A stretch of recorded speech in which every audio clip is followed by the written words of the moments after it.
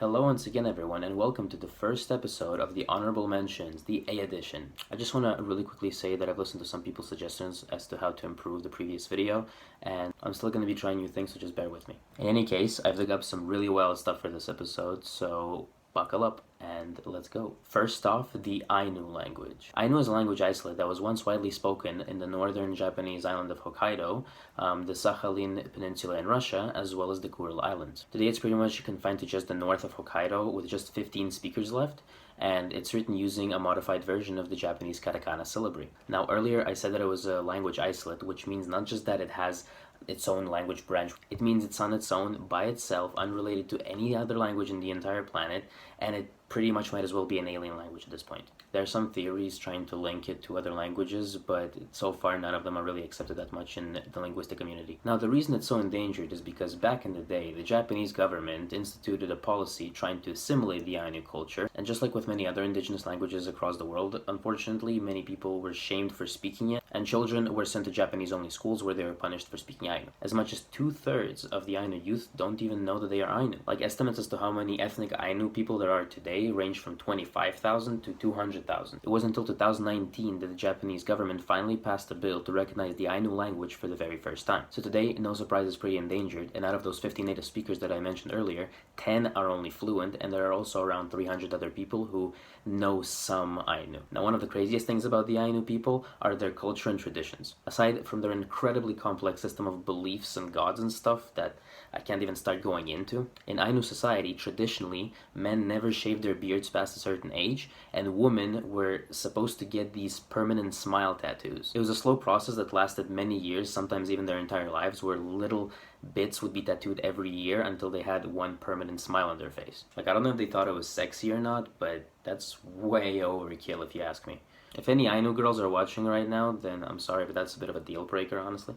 All jokes aside, it's actually fascinating, and if you're curious, you should really read about the Ainu a little bit, because their history is just crazy. They don't really do the tattoo thing anymore because the Japanese government banned it a while back, and the practice started slowly dying out. It was reported that the last tattooed Ainu woman passed away in 1998. Next up, Aramaic, also known as Aramaya.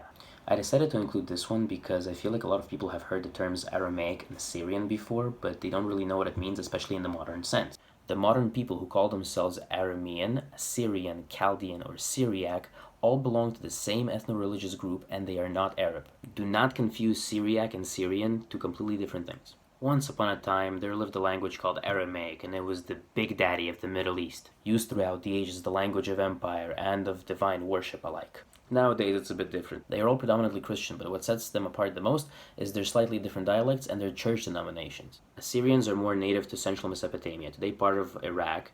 They used to speak the Akkadian language in ancient times. They belong to the Assyrian Church of the East, also known as the Nestorian Church. Arameans, sometimes interchangeable with Syriacs, are more native to Syria, a bit of southeastern Turkey, and northern Lebanon, and they belong to the Syriac Orthodox Church, also known as the Jacobite Church. And then there's the Chaldeans, more from like the southeastern region of Mesopotamia, today part of Kuwait, Iraq, and a bit of western Iran. And they belong to the Chaldean Catholic Church. Basically, the Euphrates River acted as a natural border, with everything west of it being part of Aram, and everything to the east of it being part of Ashur, which is where the names of the respective people groups comes from. Chaldeans come from the Chaldean dynasty of Babylonia.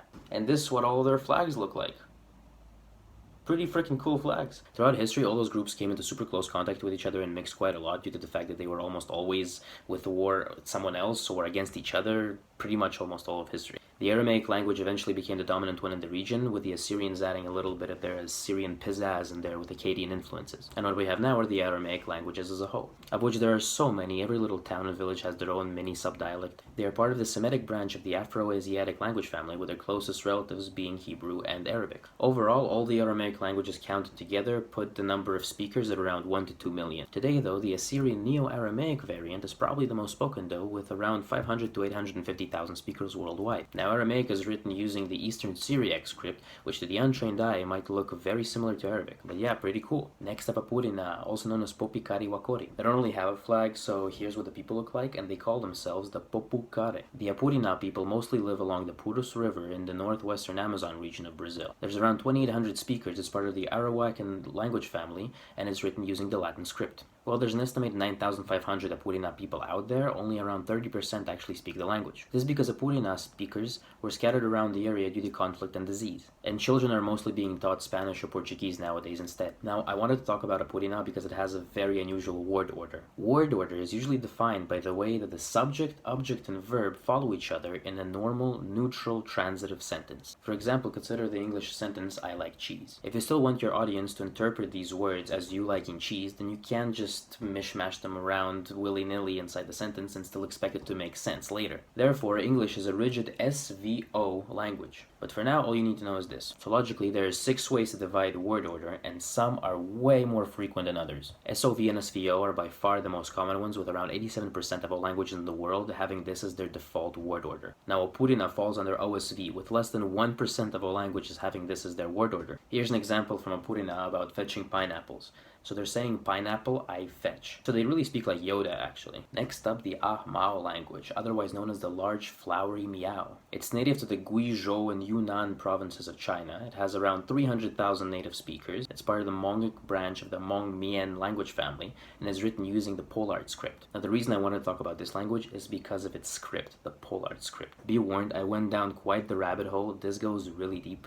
It blew my mind. It was named after a certain Samuel Pollard, an English missionary to China at the turn of the 20th century. And the story goes something like this. Sam Pollard was born in Cornwall, England in 1864. He was a Methodist missionary, part of the China Inland Mission, who aimed to convert people living in isolated areas, in inland China. He began a Christian movement with the A-Hmao people in 1905 and began creating a writing system for them. Now, Samuel Pollard was inspired by James Evans, another Methodist missionary, who a few decades earlier created a writing system for the Cree Native Americans called the Cree Syllabary, which in turn was inspired by, somehow at the same time, 3 things. The Devanagari script used to write Hindi and other languages of India. Shorthand, an abbreviated writing method meant to increase speed, used before the invention of audio recordings, mainly by secretarial workers and journalists. Looks to me just like an old form of doctor's handwriting or something, honestly. The Cherokee syllabary, used for the Cherokee language, invented by a man called Sequoyah, a Cherokee man from Tennessee who was illiterate, who came up with it by randomly assigning sounds and modifying existing Latin, Greek, and Cyrillic letters from random books he's found lying around. Also, his wife is believed to have burned his initial work, believing it was witchcraft. So to freaking recap, illiterate Cherokee man plus random books equals Cherokee syllabary. English man plus Cherokee syllabary plus Devanagari plus shorthand equals Cree syllabary. English man plus Cree syllabary plus large flowery meow from China equals Pollard script. When I was researching this, I kept opening article after article going like, what the hell, there's more of this? What a world we live in, honestly. Can you imagine just the sheer chance of all of these random events occurring at the same time on completely opposite sides of the globe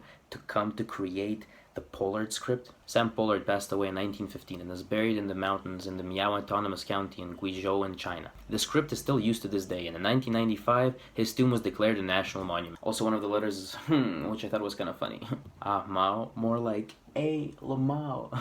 Lastly, I just wanted to quickly mention the Alabama language, also known as Albamo Inalchilca. It's part of the Muskogean language family, written using the Latin script, and has about 370 native speakers. Now, as the name suggests, the Alabama language is spoken in Alabama. Psych, it's actually spoken in East Texas, about 800 kilometers away from Alabama. The people are originally from Alabama hundreds of years ago, but they were relocated to East Texas because Empire.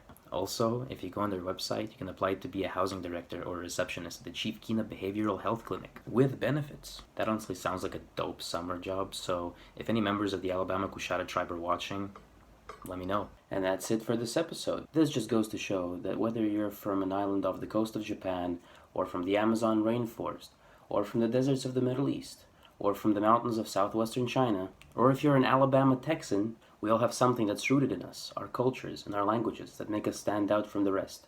And we must remember and cherish it always. And that about wraps it up. Let me know what you guys thought, and follow me on Instagram on I'm Sean, get off my lawn, so you can also vote for the next episode of SpeechLeech. And I'll see you soon. Peace out.